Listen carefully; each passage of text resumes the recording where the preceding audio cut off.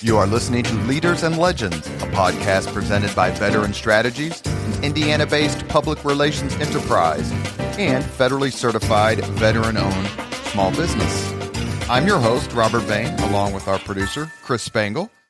Our podcast is featured on the All Indiana Podcast Network in partnership with Wish TV. You may find Leaders and Legends at allindianapodcastnetwork.com. Thinking of starting a podcast or need to host a public meeting? Let Leaders and Legends LLC be your partner as you look for new ways to communicate your message. Please contact us at chris@leadersandlegends.net. As always, all our podcast interviews are dedicated to the legacy and generosity of P.E. McAllister. Our guest today, Ryan Cole, one of the best, can I say young writers, young historians? You're younger than Ish. yeah. No, that's stretching it. One of the best-ish, youngish.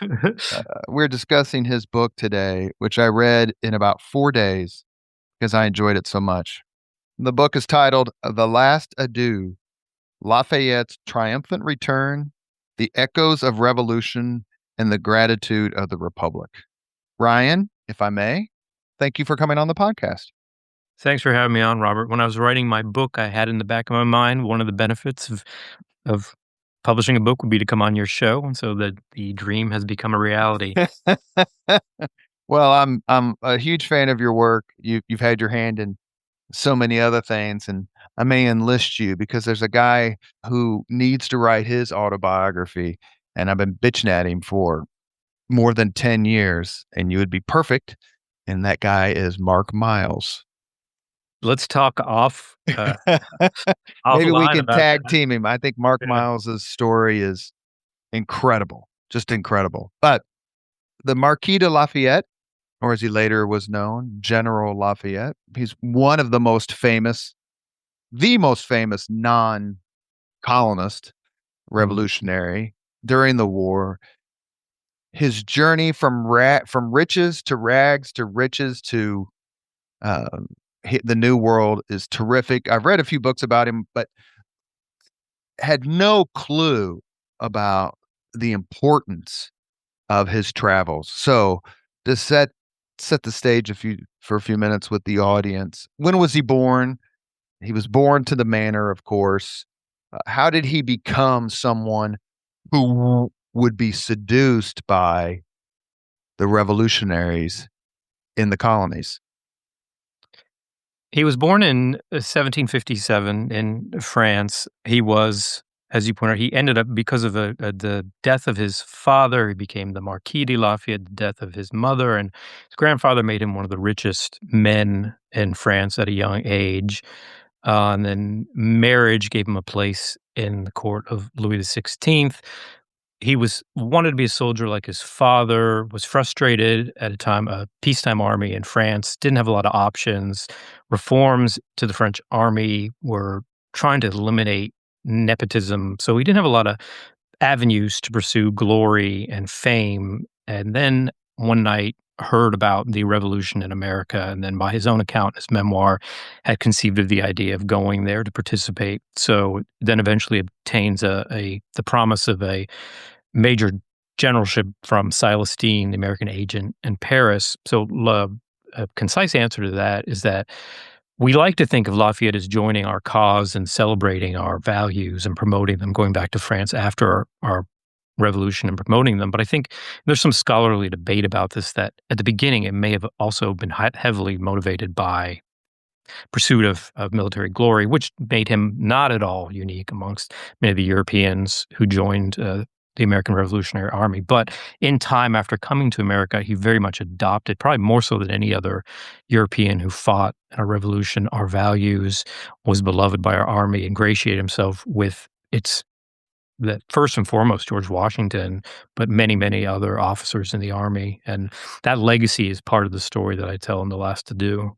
Is it surprising to you that someone who grew up, prospered, was protected by maybe the most anachronistic monarchy in Europe could find such love for and among the revolutionary uh, populace in the colonies. I mean, the French monarchy was not a constitutional monarchy, Mhm. unlike, say, England at the time. So you would think that someone like Lafayette would be loyal to the system that gave him his fortune. And yet he went over to a group of people and hung out with folks who didn't even want to put statues up of George Washington because they thought it was too European, smacked of monarchy and idolatry. Is it part of Lafayette made him excited to be one of the revolutionaries? It's a great question, and the answer is, does it surprise me? And it does surprise me, and I think it surprised Americans in 1777 when he arrived. I think it was still surprising Americans in 1824 when he came back for the second time or third time technically, or and, I think it surprises Americans today. I've had conversations with some friends who only know him by name, and then when they hear the story, they're surprised to hear just what you just detailed, that a Frenchman from a noble background would come and so readily embrace our values, our Republican small r values. It's interesting to me that he a lot of this is detailed in his memoirs, and of course, there's letters that he wrote home to his wife, Adrienne. As soon as he got to America, he was extolling its virtues, which is an interesting contrast to some of the other Frenchmen who traveled here with him and then went to Philadelphia to seek their commissions, who were instantly complaining about how crude the place was, how terrible the soldiers were, how ugly the women were, how the uncouth behavior of the men as well. Now those soldiers didn't stay long, but Lafayette very early on is writing home saying what a beautiful place it is, how simple the people are and their Republican values. So very soon after getting here, he was embracing those, not just a cause, but values. And those values defined the rest of his life. He carried them. Almost everything he did after the American Revolution was him advocating some version of those values that he had embraced when he came to America. There's a biography of Franklin Roosevelt titled Traitor to His Class. Yeah. Could that apply in some ways to Lafayette? Yeah, absolutely. Although in the French Revolution, he's accused of being a traitor to his class and a traitor to the revolutionary cause itself, which is kind of how we get to the story of him coming back to America in 1824. After you pointed out, ups and downs, and it's a downward trajectory that lands him in New York in August of 1824 when he begins his tour. Lafayette served with distinction, as Ryan just said, during the American Revolution. He was present at battles such as Brandywine and Monmouth, and he was most famously at the Siege of Yorktown, which ended on October 19th, 1781, when the British surrendered to Washington. The British surrendered to Washington, but there is no surrender at Yorktown without French assistance, financial, arms, uniforms, supplies of all sorts, plus the French naval victory at the Battle of the Capes, which prevented Cornwallis from being rescued by the British Navy. We mentioned a little bit about Lafayette and his interest in the war. Please take a minute and just discuss the importance, please, of French involvement in the American Revolutionary War. One thing I wanted to step back really quickly, which is really exceptional about Lafayette, is that he very much was a novice soldier when he arrived here. He had no real battlefield experience, and grew. A friend of mine, Al Zambone, who has a podcast called Historically Thinking. I don't want to take credit for what he said because it was so perfect. He said Lafayette grew magnificently into the role of a major general through the succession of battles that you mentioned at Brandywine, and from Brandywine being shot through the leg and bleeding for the American cause to actually helping eventually win victory at Yorktown. So the answer to your question is absolutely hugely important advantage to the United States having French assistance, and Lafayette played a crucial role in obtaining it, obviously going back to France on furlough and helping persuade King Louis XVI to actually intervene formally on America's behalf, culminating, like you said, at Yorktown, which Lafayette played a huge part in, was sent to Virginia by Washington to actually because Benedict Arnold was raiding in Virginia. And then when Cornwallis moves up north after dueling with Nathaniel Greene in the South, Lafayette's waiting for him there, and feints and feigns and plays game of cat and mouse that traps him. Hugely, but as you mentioned, hugely important that Washington marches down in tandem with Rochambeau, and they trap Cornwallis, and that eventually leads to our independence. What does Lafayette do directly after the surrender at Yorktown? He goes home where he's a hero. He plots further ways to help the American army. Remember, Yorktown is symbolically the end of the revolution, but it's not really technically the end. The war goes on until peace in 1783. Lafayette is plotting for ways to re-engage, which never really happens. He's more used to the Americans in Paris, helping it with peace negotiations. After the war formally ends in 1783, he comes back to America for a tour, which is also a national celebration. The magnitude's a little lesser than his last visit in 1824, 1825, but most notably during that visit is his time he spends with Washington. He's at Mount Vernon for quite a while, and it's the last time they see each other. I think it's the end of November, beginning of December 1784. They say goodbye on the road between Baltimore and Annapolis, and Washington writes to Lafayette when he gets back to Mount Vernon and says, my own family history indicates to me we probably never will meet again." And Lafayette writes in December of 1824, he's getting ready to go back to France, to Washington, and says, "No, there's no way. We will see each other again many, many times. I'll return to Mount Vernon." And obviously, Washington's right, not And Lafayette. Washington lives to be 67, so that's not, I mean, not like he died at 40 something when he was, so he lived a longer life. Lafayette couldn't get back Couldn't before get back. Washington dies on December 14th, 1799.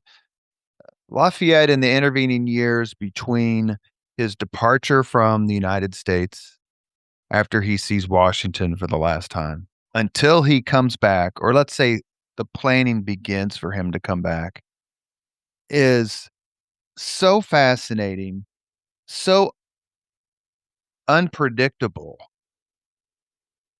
but yet foreseeable if you study French history of the 18th century.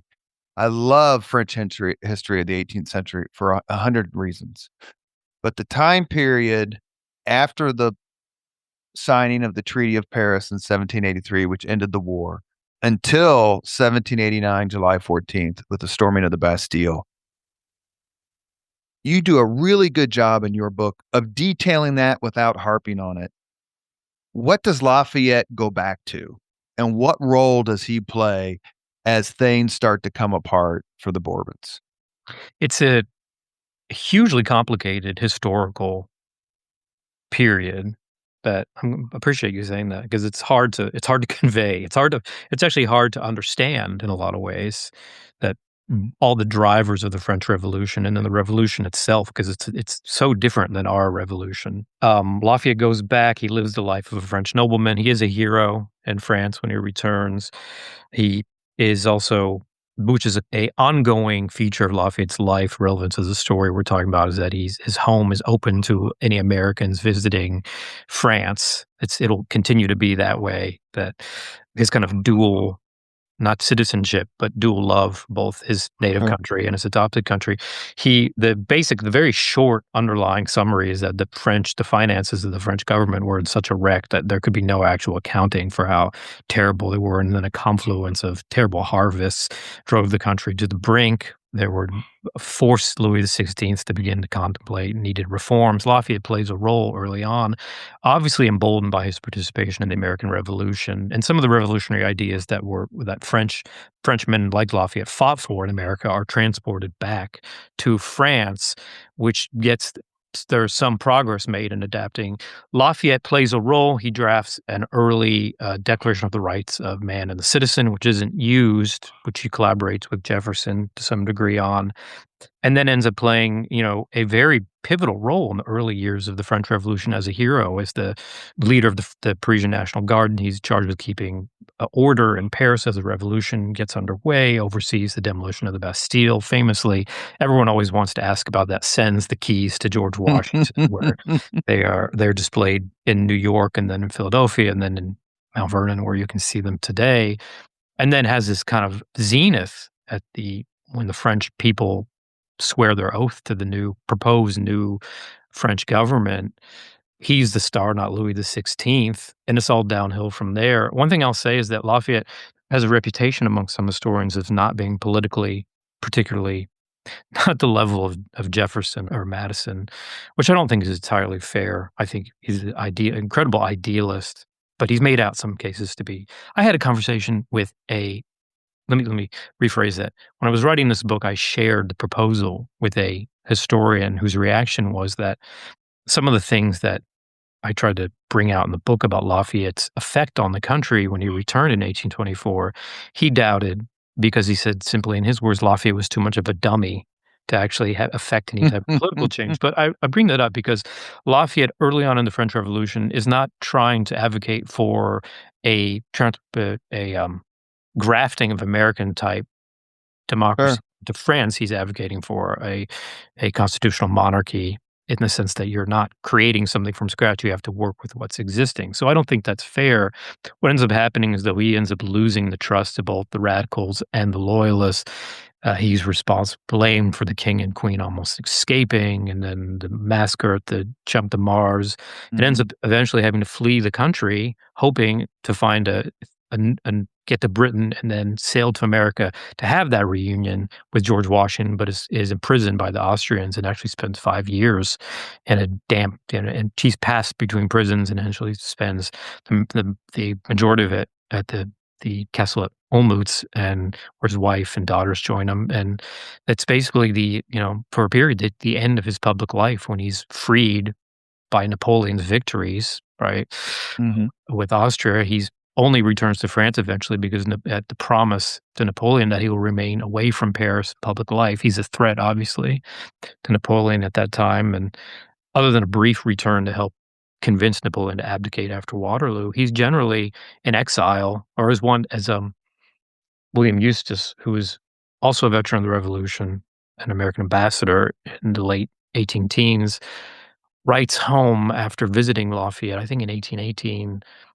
General Lafayette is at his farm, LaGrange, awaiting a better state of things. So that's how we find him when the 1820s arrive. Your book also reminded me that Louis XV is the worst monarch in modern history. How he bankrupted France, lost the 7 Years' War, just Yeah. left his country in a complete and utter disaster. And Louis XVI was young when he ascended to the throne. And I'm a fan of Louis XVI. We're recording this. I hate to do this. We try not to date it, but on January 22nd. But I believe it's January 21st, 1793 is when Louis XVI is executed. Mhm. And a wholly unfair execution. I agree. I think that you wrote this in your book and did it well. He was trying to figure out a way to save the monarchy, to save France, and he just either he couldn't do it, they didn't have the intellectual tools to do it. I mean, obviously Jacques Necker was brilliant, but the collapse of France in the late 18th century is fascinating, not only because it was thought to be this incredible Catholic monarchy that stood for all time. But the reign of terror, how did the what's the word I want to use, descending into madness of the reign of terror of Robespierre, how did that affect Lafayette? Well, Lafayette ended up being detested by those radicals. His mother-in-law and aunt, I believe, lost their heads in the Reign of Terror, and had he not escaped, he would have likely lost his. He was actually gonna head back to Paris in the middle of all this tumult before he ended up fleeing the country, and his wife, Adrienne, could have lost hers too if not for intervention from James Monroe and James Monroe's wife to help free her and other Americans, Gouverneur Morris. So it came very close to affecting him. It did affect him personally. It could have taken his own life. And those I've been always consider Lafayette in the context of the French Revolution as a moderate, I think it's fair to say. So he was appalled by the radicalism. And years later, in the story we're telling about his return is reflecting upon the revolution. He's comparing it to the American Revolution and obviously regrets the developments there, including the Reign of Terror. That's something that comes across very vividly in his correspondence when he comes back to America to see how, like I said, how that revolution had actually succeeded. It's an interesting contrast. His family was executed. He certainly could have been executed. He was exiled. He was deplatformed, if The that's the right platform term to strip of use. his possessions, his estate, yeah, He title. became not penniless, perhaps, but certainly penurious. And it's that transformation from wealthy citizen, man of the world, to prisoner in a dank cell with being told you can't come back to Paris, Mhm. which I thought was one of the real strong points of your book. Because when you get to the travels to the United States in the 1820s, 1824, the reaction of Lafayette to how he is being treated in his adopted country makes perfect sense. You're listening to the Leaders and Legends podcast. Our guest today is Ryan Cole, a superb writer and author. We're discussing his book, The Last Adieu: Lafayette's Triumphant Return, The Echoes of Revolution, and the Gratitude of the Republic. And I said this book is wonderful, and it is. It's a one weekend read because you just want to get to the next city as Lafayette goes from place to place. But if you don't believe me, believe this fellow named Andrew Roberts, who is a phenomenally prominent and brilliant historian. Andrew Roberts says of The Last Adieu, history writing at its absolute best, deep and diligent work in all the relevant archives, accompanied by a fine written style, allows Ryan L. Cole to transport us back to the young American Republic of 1824. The ecstatic way that Americans welcomed their revolutionary hero, the Marquis de Lafayette, nearly a half century after his first arrival to their shores, tells us a great deal about him, them, and their ambition to live up to their country's founding ideals. Dude, my parents never said anything like that about me. How the hell did Same. you get Andrew Roberts? I don't know, actually.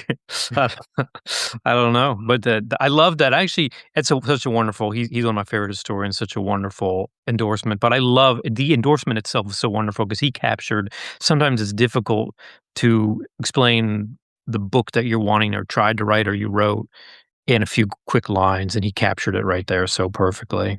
Um, Imagine that. yeah, especially the idea that country trying to live up to the founding ideals. I thought that was I never actually articulated that I was writing the book, but then I realized that was a huge part of the story, so I'm really Well, grateful. congratulations. It's the absolute first thing I read. When I opened your book, I read that. You don't need to read anything else. Don't even read the book. Just put it down after you read that. I was like, "Oh my god, this must really be something." Well, that's just kudos to you.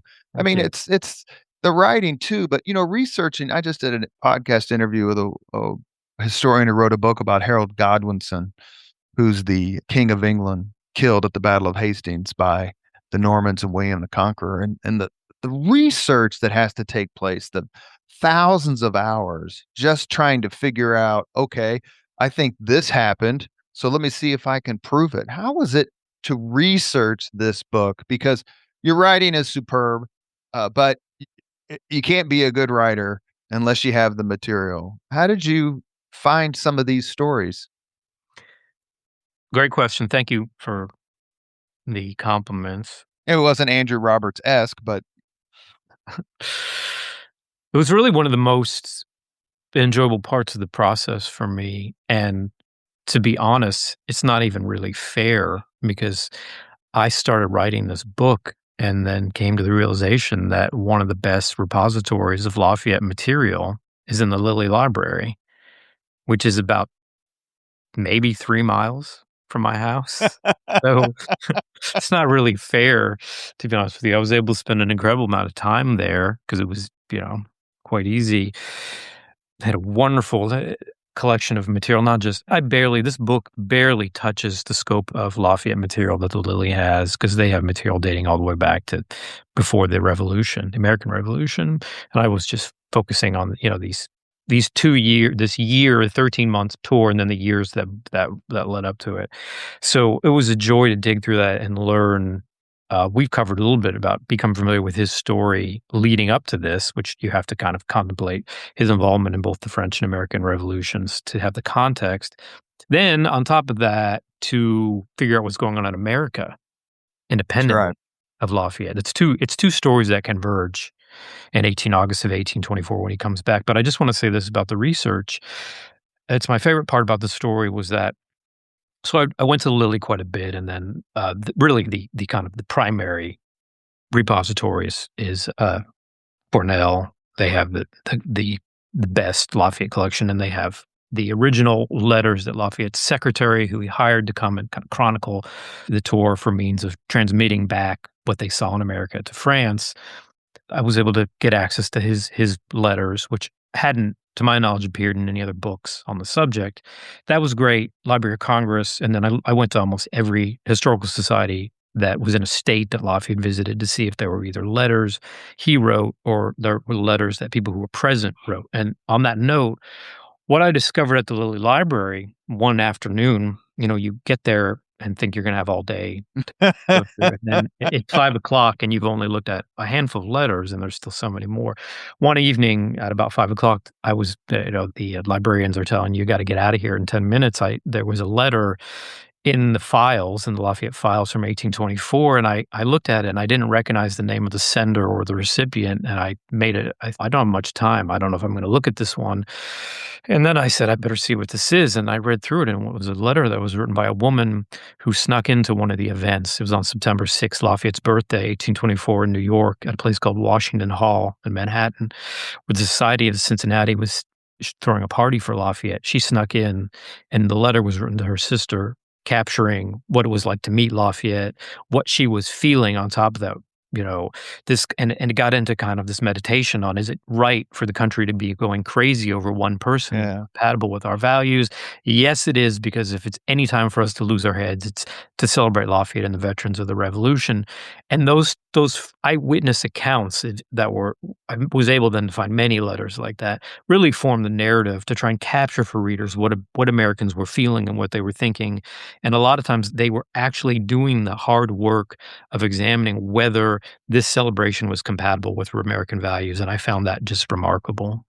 It was remarkable. It was one of my favorite parts of your book where you were like, well, why wouldn't they have statues? Why wouldn't they throw celebrations? Why wouldn't they give 3-hour long remarks to as a tribute to this man? But there was a faction of America and Americans who thought this is exactly what we fought against. Why Mm, are we yeah. treating this man? Why are we allowing him to ride his coach on the Sabbath?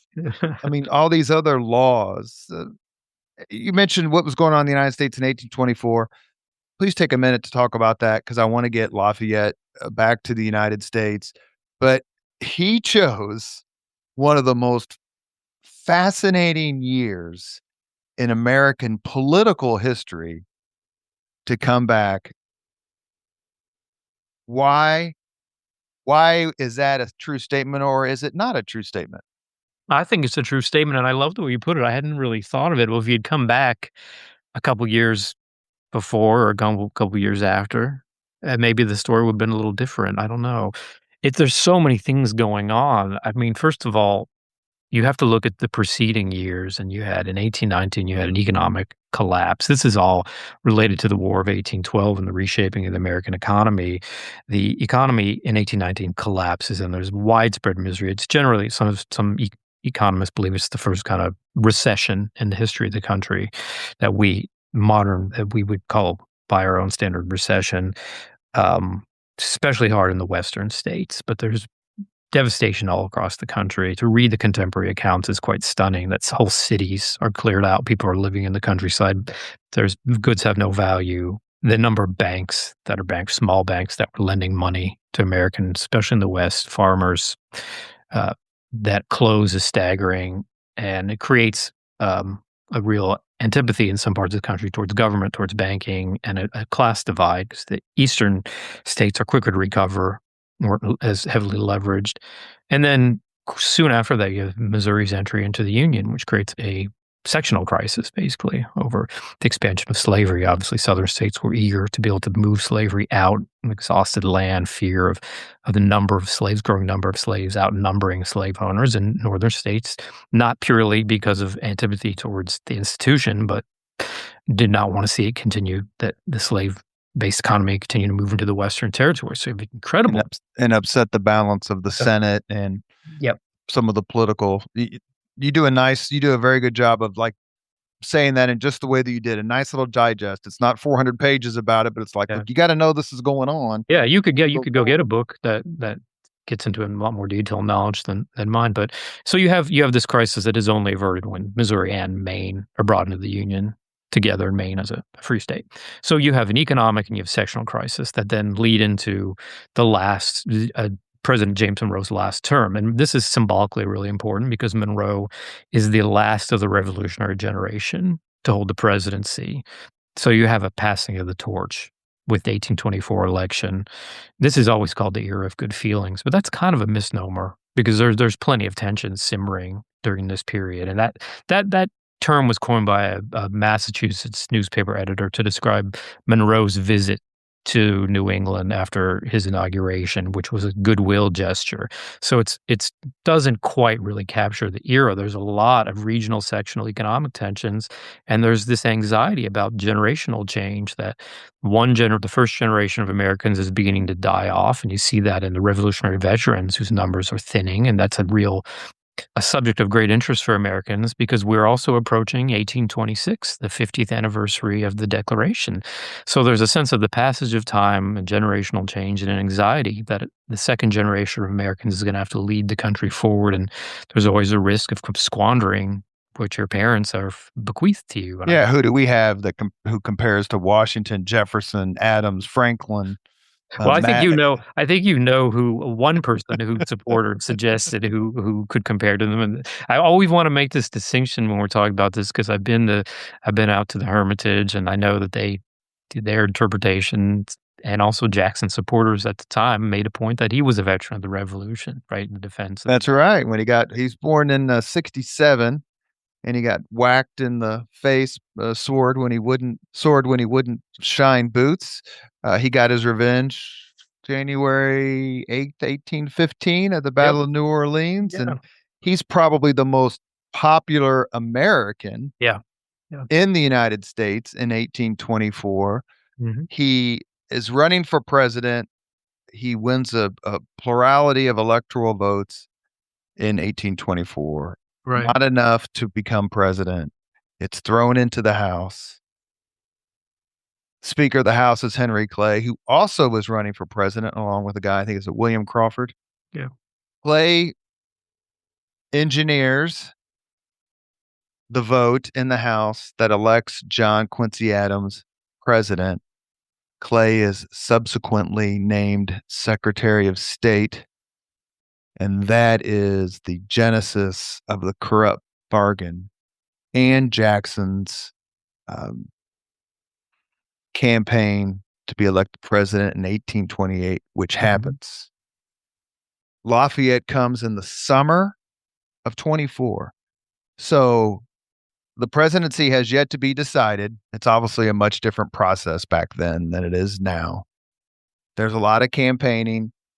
Lafayette has friends everywhere. Is that yeah, fair to say? I mean, he knew who John Adams was, obviously. John Quincy Adams' dad. When Lafayette lands in the United States after a torturous sail, I don't know how the hell any of these people sailed the North Atlantic 200 years ago. When you look on YouTube or whatever and you see the videos now, you can't believe that people made it, but 200 plus years ago. When Lafayette comes to the United States is in the middle of what is the quadrennial celebration of of democracy, which Yeah, is the right. presidential election. Take us, please, to the moment where Lafayette comes to the United States, and how is he received? Because the United States knew he was coming. Yeah, they knew he was coming. Just one last thing about the election I think is important is that, the Jacksonian era is kind of this is remembered as a point in time when kind of some of the barriers that the founders placed between the people, And uh, like and voting and rights and property owners. sort of sheared away, right? That's kind of how we look at it. And this election is I guess is a precursor, right?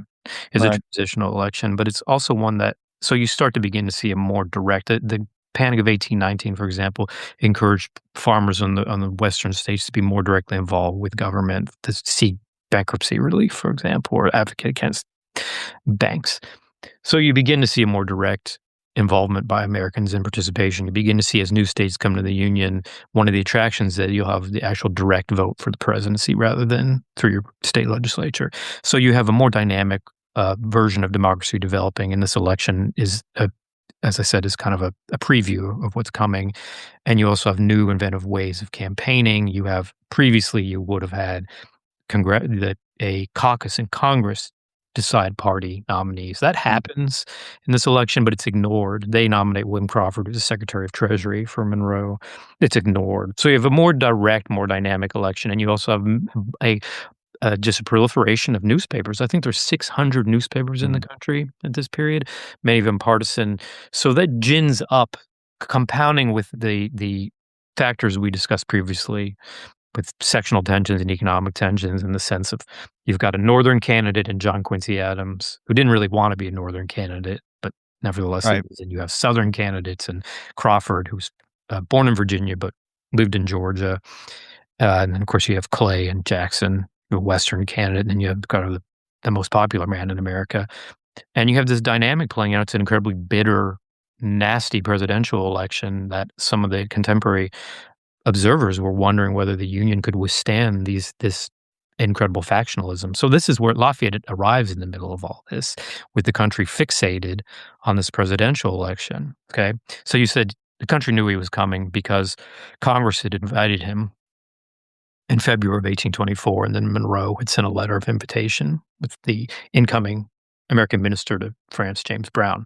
Lafayette accepted it, had written a letter back to Monroe accepting it. So the country knew he was coming. They didn't know exactly when. They knew there were reports from Paris about he was leaving on this boat or that boat, and then they could time maybe when they thought he might show up. But they did not have the day in August on their calendars. He showed up. Everyone was waiting, and then he shows up, and it is soon as he steps onto Staten Island, it is a national jubilee begins like the country had never seen before. He spends a day, I should say, he arrives on a Sunday, so he doesn't go into Manhattan till the next day where there's a giant parade. But I like to always say, when I'm speaking to a crowd, I always ask to make sure that if there are any Swifties in the crowd, because this is, I would say, when he gets to Manhattan and is pulled from the Battery up to City Hall is the beginning of the greatest tour of a public person in American history. And there's no comparison, th there's no repeat of it in American history where, and please tell me if I'm wrong, where someone came from another country, decide and travels around to, what was then the United States, not the way it is, now, of course. The only sort of comparison I could think of, and it's a bad one, is when Khrushchev came to Mm. the United States and traveled around a little bit. But that wasn't a celebration. It wasn't anything like what Lafayette went through. But is there any example of Grant's tour of the world after he was Yeah, that's an president? interesting one. Yeah. It doesn't have the same level of civic importance. But what resonates with people is when you say the Beatles. And it's not a completely useless comparison because there's a huge popular culture element to this that's driving this, that if Lafayette's coming, we're gonna be there. And a part of it obviously is because it's the thing to do. He's the nation's guest and it's the national sensation, but that also sells it short because I think that people were also happy and they showed up and they celebrated because there was a civic component in the sense that we're offering gratitude to this man who sacrificed on our behalf to win our freedoms. And then I bring it out a little further and say, also, we're offering our thanks to all the other veterans of the revolution who are showing up, right, at these events. And that is perhaps the strength of your book, in my view. And Um, and that is, as someone who was going through basic training 39 years ago today, the way that you talk about the veterans, the way that you describe their determination, like, I'm going to be there. yeah. I'm 80 years old and I was shot twice at Cowpens, but I don't care. I need to see this man. And one of my, that's not true. My favorite stories of your book, and you have so many good stories, when he meets Jefferson, when he meets John Quincy or John Adams, John Quincy Adams, Madison Monroe, kind of, I'd say all the biggies, but you know what I mean? Or when he's going down the street and he sees Alexander Hamilton's widow or John Hancock's widow and he tips his hat, he makes it a point to recognize them. Those are all terrific, but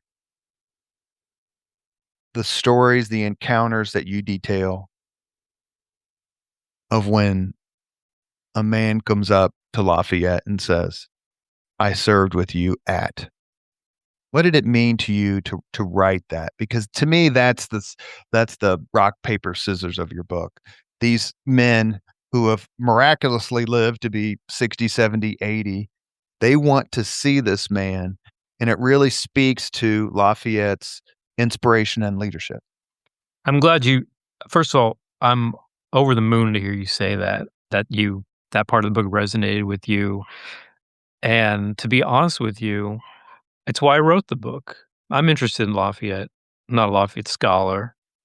I didn't want to write a biography of Lafayette, but I was when I learned about this story and what a big event it was in the history of the country, I was drawn to it, and then I began to research and wonder if there was a book here. And I'll tell you the moment where I decided I wanted to write this book. It was when I read about a man named John Hagee or John Hagar. The records aren't clear, who supposedly traveled all the way from Alabama to see Lafayette in Nashville. And actually, I looked at his pension application that then was carried on by his widow after he died, and there's witness testimony about him actually traveling to Nashville and being lifted onto the stage where he sees Lafayette, and Lafayette says, "Is that you, John?" After all these years.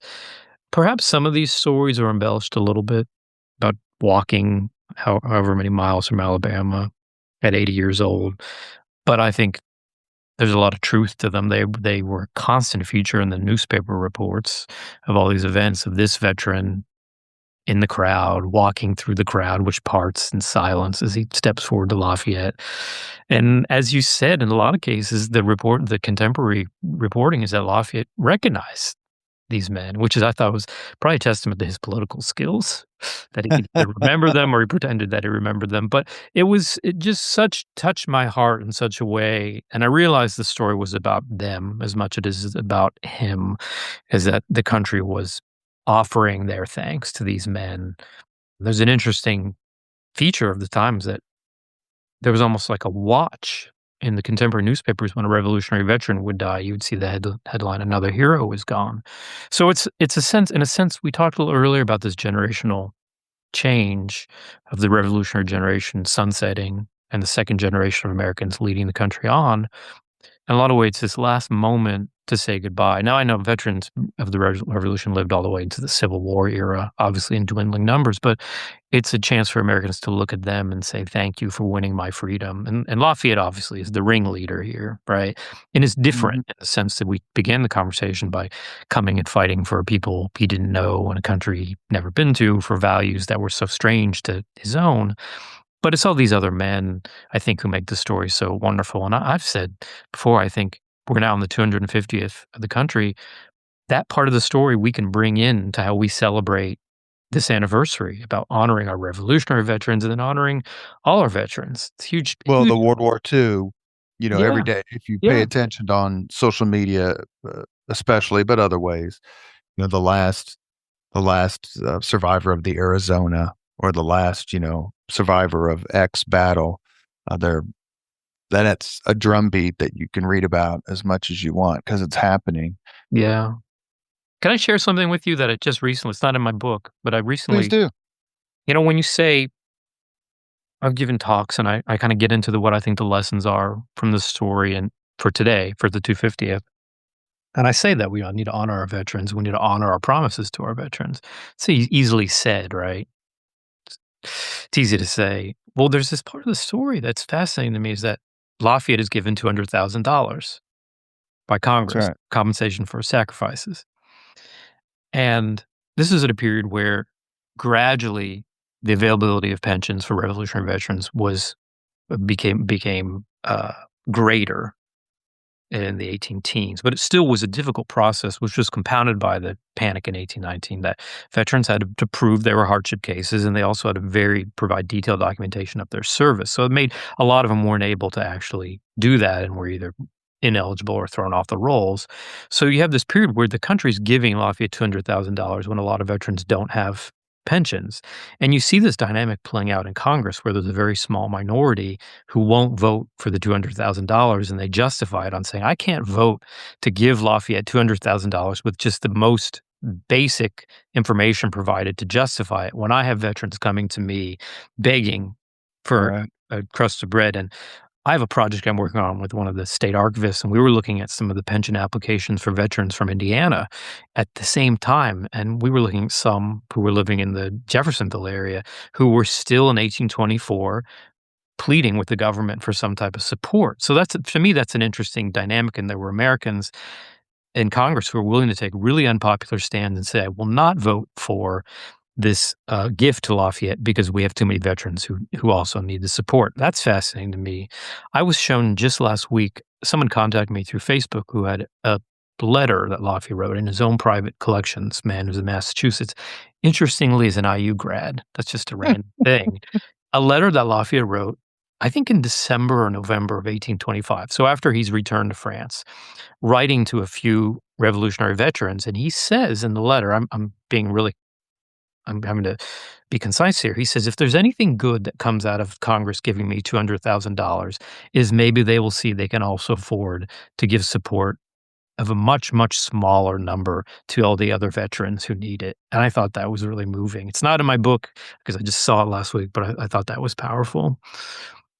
There can be the revised and expanded edition. Oh, well, hopefully, if there's one.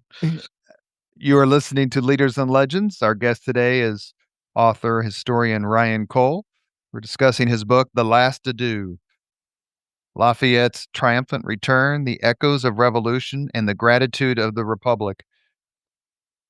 I was going to go down the road of what was happening in 1824 as it relates to veterans and the election and everything, but I decided not to because I don't want to compare it to what's happening today because that's not a part of your book. But do you have two or three favorite stops of Lafayette on his months long tour of the United States? Yeah, I do. I do wanna say we don't have to get into it because you're right, my book's not about it, but just to put kind of a pin in the presidential stuff is that Lafayette does come back in the middle of this presidential election, which is really bitter, and the country is distracted. He provides a really welcome distraction to Americans who rally around him, and my favorite quote in the whole of all the research and all the manuscripts I looked at was Lafayette saying, "Memories of the revolution have come back to life," and I think those memories brought the country for a period didn't end important political debates, and I always say, we wouldn't want our political debates to end because men like Lafayette and Washington fought so we could have them, but it helped give the country perspective and bring it together during this tour, and I think that's a very kind of a it's one of the beautiful parts of the story. To answer the question, well, it's a hard one because they're also wonderful. One is Philadelphia for me because there's this incredible symbolism is that he comes to Philadelphia in September of 1824. And we got to backtrack.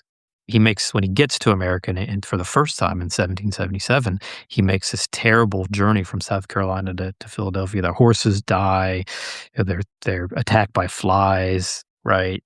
There's sweltering heat, and they get to Philadelphia and they come to what would be called by the State House, the Pennsylvania State House, and they're waiting at the gates to get their commissions, and a peevish congressman comes out and in French tells him, "We don't need any more adventurers here." So he's rejected, and then only he makes an appeal, and eventually Continental Congress gives him the commission. He comes back as an old man in 1824 and is at the center of this incredibly uh, intricate procession, which is based off the Roman Triumphus, is when the victorious general comes Mhm. into Rome, right, and is taken to the Capitoline Hill, trailed by the spoils of war, prisoners, treasure. But only Lafayette's coming in with veterans of the Revolution and the city's merchants and printers who print off on their mobile press a pamphlet that says "Freedom of the Press guards all other freedoms."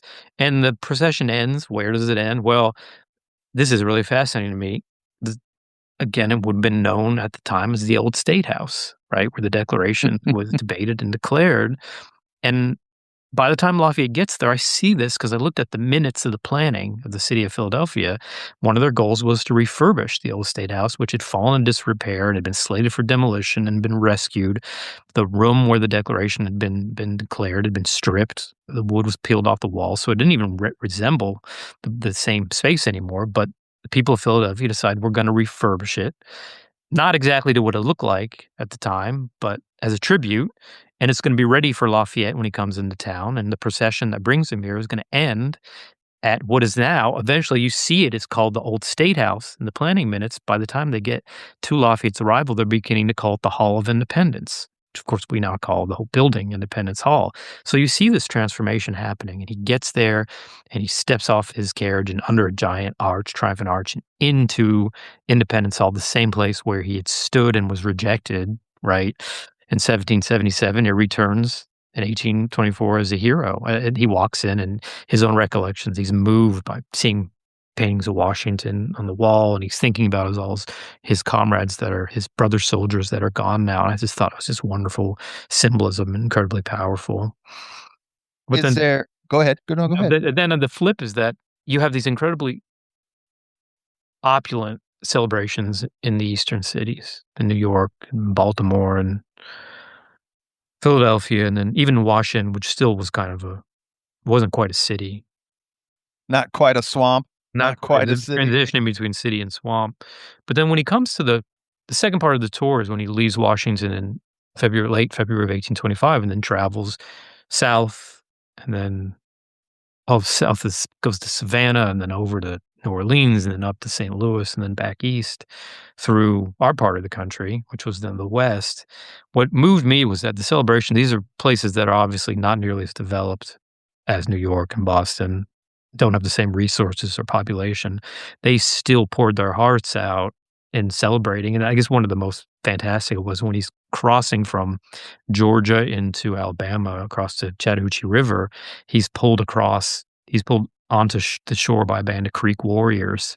And Mhm. one of the Alabama militiamen who was there watching says years later, it was the greatest showing of a river crossing that I'd ever seen in my life. It just, to just kind of make the point of wherever he went, it was just such a huge thing. And if they had resources, they they staged gigantic parades and they rebuilt, they refurbished buildings, or in some places there were Creek warriors that pulled him across the border and celebrated him. So it just gives you a sense of what a actual sensation this was.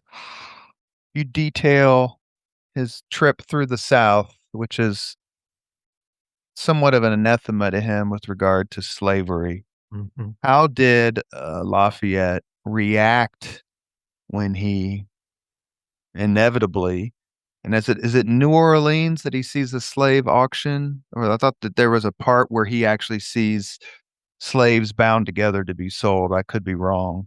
I But think what it is that, and this is a part of the story we probably don't have the bandwidth to get into, but his friend Frances Wright, who travels kind of in his wake in America, sees on her way, ironically on her way to Monticello, sees slaves on a boat being transported in manacled slaves. So, and she ends up having this epiphany that her whole time in America is going to be spent fighting slavery, which Lafayette supports. But the going into the South, I mean, obviously the context is Lafayette had long been opponent of slavery, had devised his own ways, buying plantations on French island, French to in order to potentially educate provide for slaves and then freedom that ends up that gets caught up in the French Revolution. He'd encouraged George Washington to free his own slaves. So he'd long been an opponent for slavery and had kind of pursued innovative ways to remedy it. So when he comes to America, obviously he sees slavery, and also, some of these northern states, slavery was still legal and been sunsetted, but was still legal. And when he gets to the South, I think the best way to describe it is his own words. He writes from New Orleans that the thing that he's most unresolved about in America is the existence of slavery and the racism, the relationship, racism towards black citizens.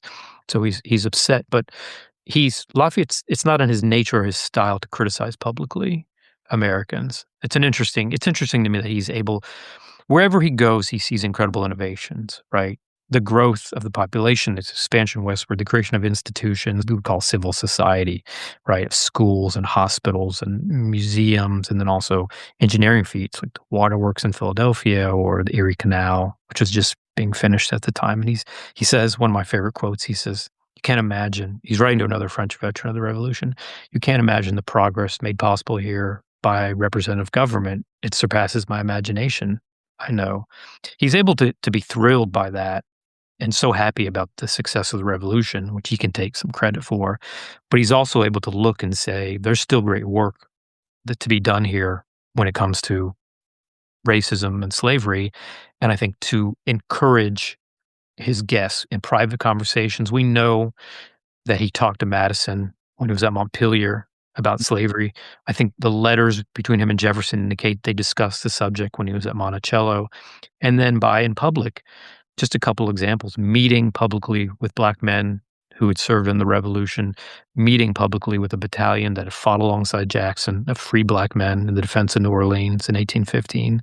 And one of my favorites is that when he's in Ohio, in the river town of Gallipolis, which was founded by French expatriates fleeing the French Revolution, he's recorded in a newspaper saying this. So it was obviously said for public consumption, saying, "You are so lucky to live," to these people on the north side of the Ohio River. "You're so lucky to live on this side of the river where slavery cannot breathe." So he was able to I would say in a diplomatic way, make a point to his friends and hosts that the revolution is great, its success, America has made the world better, but work continues. All of his travels and his schedule, they would change. Sometimes he couldn't stay as long as he wanted. Sometimes he was at Washington or Mount Vernon or Philadelphia. He was there more than once. But the end point, correct me please, was always Boston, or became Boston, Yeah, right. because he had a very important task to perform. And I think it's a brilliant sort of coda, not only to the revolution, for revolutionary veterans, and for Lafayette. What was this task and why was it important and symbolic? So Lafayette's return happens to coincide with, we talked a little bit about, it's kind of a precursor to the 50th anniversary of the Declaration, but it actually coincides with the beginning of the 50th anniversary of the Revolution itself, and pointedly the Battle of Bunker Hill, June 17th, 1775. So when he visits Boston for the first time in August of 1824, he gets to New York, lands in New York, and he goes up to Boston quickly.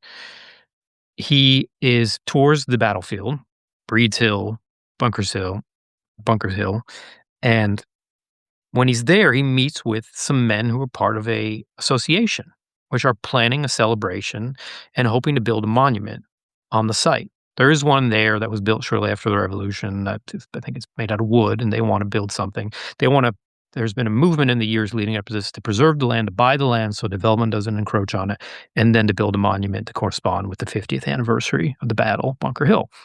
Lafayette is invited at the time by the Bunker Hill Monument Association. They say, if you are here in the summer, the following summer, could you come and participate in some way? It's not defined yet at the time. We're hoping to have some type of an event here. Can you come? Lafayette says, if I am here, it wasn't clear when he came over from France, he had thought he would leave to go back home in May of 1825. But he gets all the invitations from all the western states and southern states, including ours, and decides he's going to prolong his trip. So he'll be here in June of 1825, and he's going to come. He's going to be there.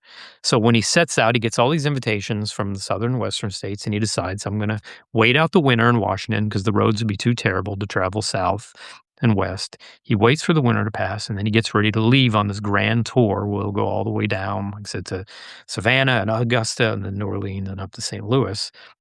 But there's this complication. He's gonna have to do that. He's gonna have to travel all that distance, and then he has to be back by the 17th of June because he made this promise to be there. And it's not a promise he makes lightly because he himself describes, he says, "I am the living representative of the Revolutionary Army." And he wasn't at Bunker Hill, obviously. He didn't get here until 1777, but he says over and over, he says, "Well, I'm actually I am, from the generation," what does he say? He says, "I am one of those of 1775 and 1776." He says, "I'm one of those from 1776 because that's when my commission dates from." So he's actually saying, whether I was there or not doesn't matter. I am the living representative of the army, and I have to be there. So one of the reasons that this you alluded to, he wasn't able to accept all the invitations that he would have wanted to in the South and the West is because they has to get back to Boston, and you have to think about this. Although it's an elderly French veteran of the American Revolution traveling along primitive roads through pine forests in the Carolinas by the light of bonfires or on steamboats, which is an incredibly dangerous, unregulated form of travel, going up the Mississippi. You don't think of the Marquis de Lafayette on the Mississippi River when you're thinking about that era, right? And across the Ohio, where their steamboat, the Mechanic, sinks between Indiana and Kentucky. So it's a dangerous trip as it is. It's rushed because they have to get back to Boston, which incredibly they're able to do 2 days in advance. So he gets there and then ends up participating in the Masonic ceremony, the cornerstone laying of the monument at Bunker Hill, which won't be finished for a few decades after that. But it's really, he doesn't leave to go home from Boston, and he remains in the country a little bit longer. But that really, in my interpretation, was the culmination of the trip because it's the word I used was a consecration of the memory of the Revolution and the Revolutionary Army with him there participating in it. How many years does he live after he leaves the United States? He dies in 1834. So is that right? Hold on a second. Spangle's not paying attention to this one, so he's usually the research He dies department. in May 20th, 1834. So the math would be he lives for another 9 years after that and has a whole nother life, which I think is interesting because we didn't really get into it, is that we alluded to it a little bit, but the Lafayette's in a pretty low place when he leaves for America in July of 1824. The roller coaster ride that we talked about, the incredible the highs and lows of the French Revolution, he has a little bit of a rebound, and he's reelected. He re-enters public life and is elected to the Chamber of Deputies, which is the lower house of the French Parliament, I believe in 1818, and is pretty active in some of the debates about working with a more moderate French government and the Bourbons to codify some of the freedoms that were won during the French Revolution and peel back freedom of the press. Um, voting France is a mess It's during a this time mess, it's a mess. period. So he has a very brief moment where he's back in public life and active, but that ends up as more revolutionaries are elected to the chamber, the Bourbons begin to recoil and they're uncomfortable. They're uncomfortable with him being there. There's a reaction that is only made worse by Lafayette's involvement in the Carbonari plots to overthrow the French government, which further alienates the French people when they see the violent nature of them. So Lafayette himself, his political fortunes have declined. He's given up electoral politics to engage in petty conspiracies, which Albert Gallatin, the French minister who leaves in 1823 to come home, later writes that he says, you can't imagine how difficult it was to deal with Lafayette, who was involved with every petty conspiracy Mhm. to overthrow the government. And Lafayette's voted out of the chamber in the beginning of 1825. So he's at a very low point. He's also a widower. His health, he's always suffering from gout. He's writing about this continually in the years leading up to this. His bedridden often and sick because his sister-in-law is on the verge of death. He's got numerous family members who are ill. He's in a very low place politically and also health-wise, and I think emotionally before coming to America, and the trip revives him. There's a wonderful correspondence with Lafayette's secretary, Auguste Levasseur, who writes a published journal of the travels, at the end of the decade, a letter he writes back to George Washington Lafayette's wife, Emily. I think it's in September of 1824 when the party is on their way back. George Washington Lafayette accompanies his father on the tour. Levasseur writes, I think it's in September of 1824, while they're on their way back from Boston. He says, "We're all sick and tired from the parties, the handshaking, the parades. Not Lafayette, though, not the general. He's acting like he's 20 years old again." So the trip revived him in a lot of ways. It didn't just give him $200,000 to restore his finances, but I think kind of steeled him to go back to France to continue to advocate for the rights of men. How did the United States and how did Americans react to the news of Lafayette's passing in 1834? Incredible grief, incredible mourning, staged funerals.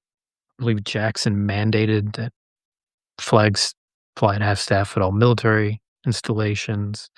Interesting thing I was looking at just to kind of make the point when I was at the Lilly Library in the campus of Indiana University, and you can look at this online. I'll send it to you if you want to see it.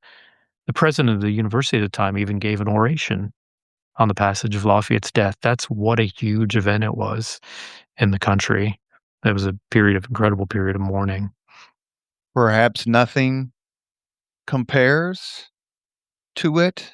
The American relationship, America's relationship to Lafayette in all of history, all of our history, maybe Churchill. Can you think of anyone else that has received such plaudits, has brought forth such emotion, such loyalty and devotion other than Lafayette? Is there The is there anyone in his class? Paul, you mentioned the Beatles, I guess I should say Paul McCartney, but any Yeah, yeah. statesman who even Let's comes close? Yeah, I'll probably get hate mail for saying I better not say what I was gonna say. I was gonna say Well, Paul McCartney. this Paul Paul Mc 40 or so years ago, I mean, Gorbachev was a cultish figure around the world, and he came and, he received incredible reception, but, his relationship to the United States obviously wasn't anything like Lafayette's to the No, American colonies. the Baltimore publisher Hezekiah Niles published one of the first widely read magazines in the United States, the Niles Register, said it better than I can. Said, "No one in history like Lafayette has ever reappeared anywhere." And I don't think that there is anyone. There are figures who are beloved by America. Churchill's an interesting one because Churchill also had American roots, right? Correct. Um, but I don't think it's the same. I don't think it's quite the same. There's something about that relationship between Lafayette and America, about the sacrifices he made, and about the way. And we also can't forget that way the country felt for him and his plight during the French Revolution is baked into this too, and that following his career, I don't think there's anything like it, and there never will be. Also, the other element of this that's important to remember is that Lafayette comes back to America in 1824. He's not associated. You said he was friends with everyone. He was friends with the 4 presidential candidates. He knew John Quincy Adams because of his relationship with John Adams when he was in France.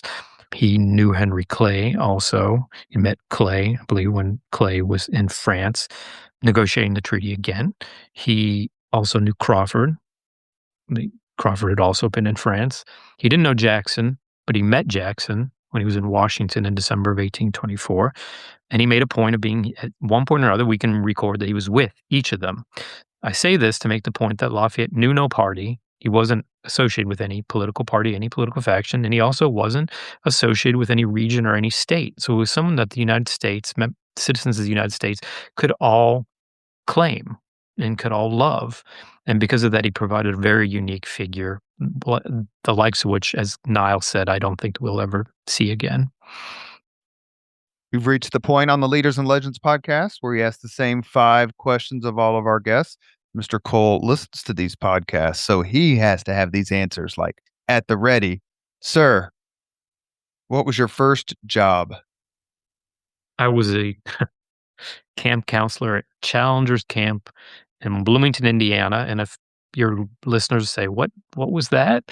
When you drive on 69 going north or south, in or out of Bloomington.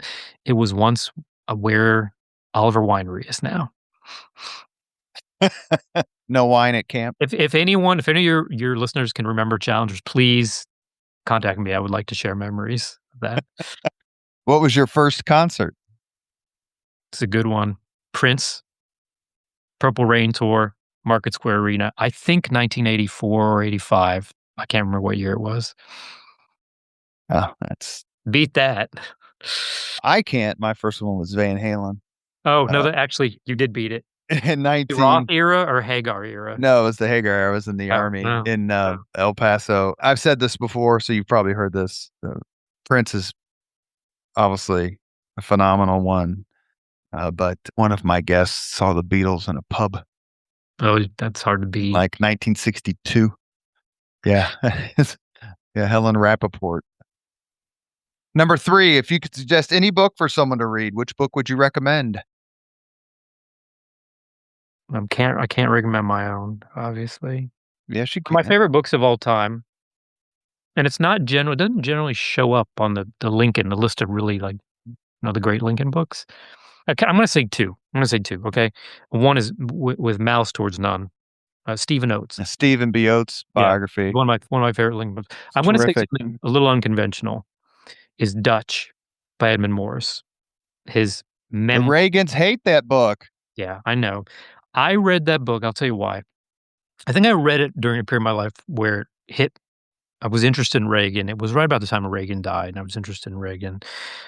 Reagan always presents to me as a elusive character, and I think when you talk to people who knew him or worked for him, they often will say, "I couldn't tell you what he was really like. I couldn't gauge the personality," which is always interesting because he came across such practiced in his warmth, and which obviously was part of his. He came across as accessible. And Yeah. then whether it's Mitch Daniels or Jim Baker or any of those folks who worked with him, they said, if your name's not Nancy Reagan, you don't have any idea. That's exactly right, and I thought that book, because the story of that book, if I'm remembering correctly, the White House hired, and Governor Daniels was there at the time. The White House hired Morse because he had written these fantastic the one at that point, fantastic biography of Theodore Roosevelt to be the official biographer, and then they gave him this incredible access, and he had this access, and he couldn't figure Reagan. He got lost. He went, Right. I think someone wrote he went looking for Reagan. I think Andy Ferguson said he went looking for Reagan and got lost. But at the end of the day, it produced one of the most interesting books about Reagan because it essays what a kind of difficult to figure out character he was, and it has this kind of crazy narrative device where he created a fictional character and wrote it as a memoir. I thought it was a fantastic book, and it made me appreciate Reagan and also give a sense of what a complicated figure Reagan was. Did you ask Mitch Daniels about it? Oh, I don't it's been You could say mentioned. yeah, you could say yes, but I can't tell you. No, I know because he was friends with Morris. I've heard him talk about meeting up with Morris all these years later because, they got to know each other. Interestingly, there's a video that if you Google, you can actually see on YouTube, the Reagan Library put it up, when Governor Daniels has his exit interview with Reagan. I don't know if you've seen it, where he goes into the Oval Office with his family and says goodbye to Reagan.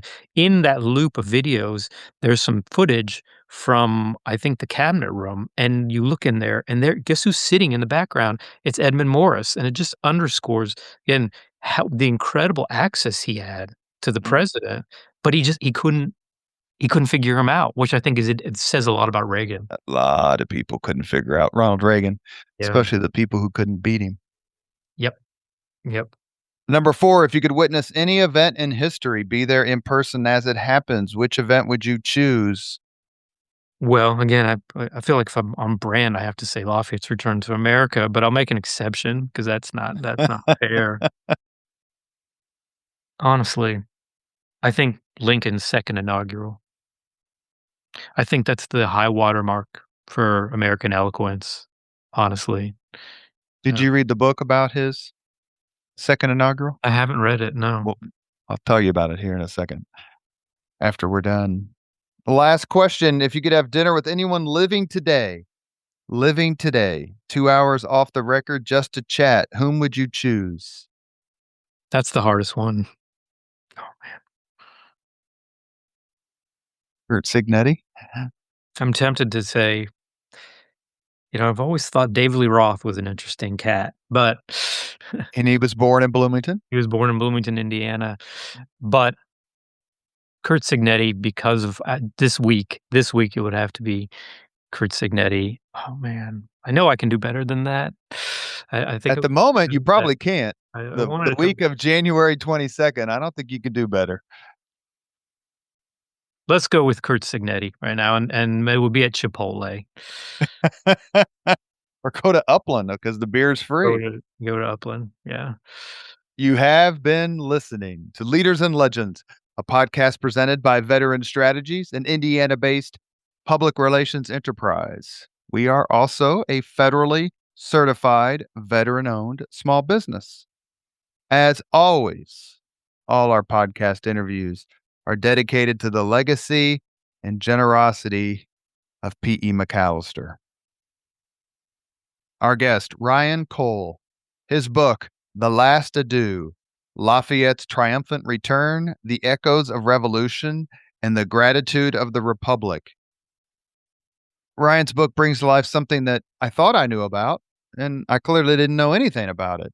It's warm, it's smart, it's tender in the way that he describes how the veterans interact with Lafayette. It's a terrific read. Ryan, thank you very much for coming on the podcast, and do me a favor, please keep writing. Thank you, I will, and thanks for having me on. I had a blast. Thank you very much for listening to Leaders and Legends, brought to you by Veteran Strategies Incorporated. If you want to contact us about this program or our menu of public relations services, please send us an email at robert@veteranstrategies.com. That's robert@veteranstrategies.com.